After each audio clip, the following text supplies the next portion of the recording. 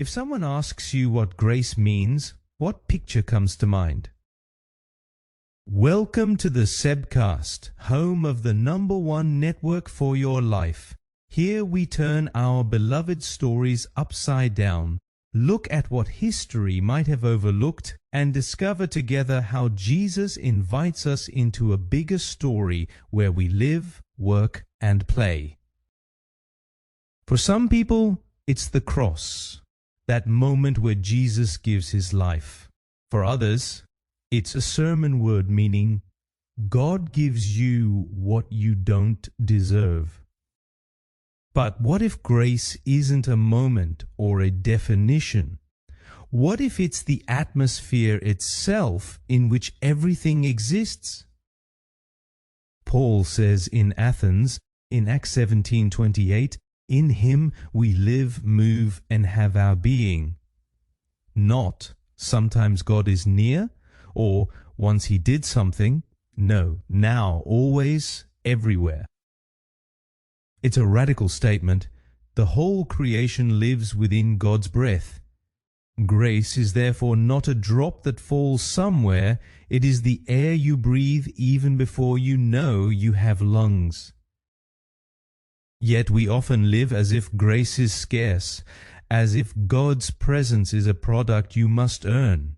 We think the sun shines only on the righteous, while Jesus himself says he causes his sun to rise on the evil and the good.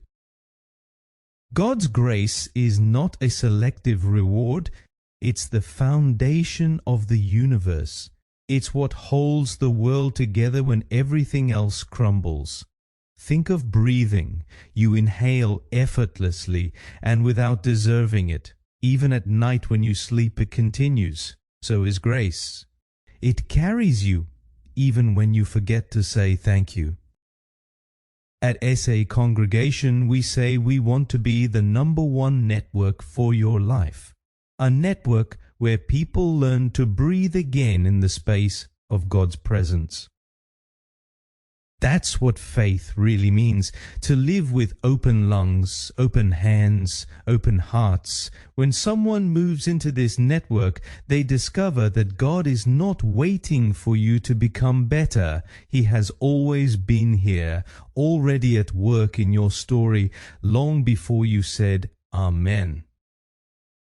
Grace is therefore not a credit you can lose, it is a cosmos in which you learn to live. The challenge is not to earn it, but to become aware of it, to, as Paul says, move in him. So, the question for today is simple. If the air is full of grace, why are you still holding your breath? Until tomorrow, take care.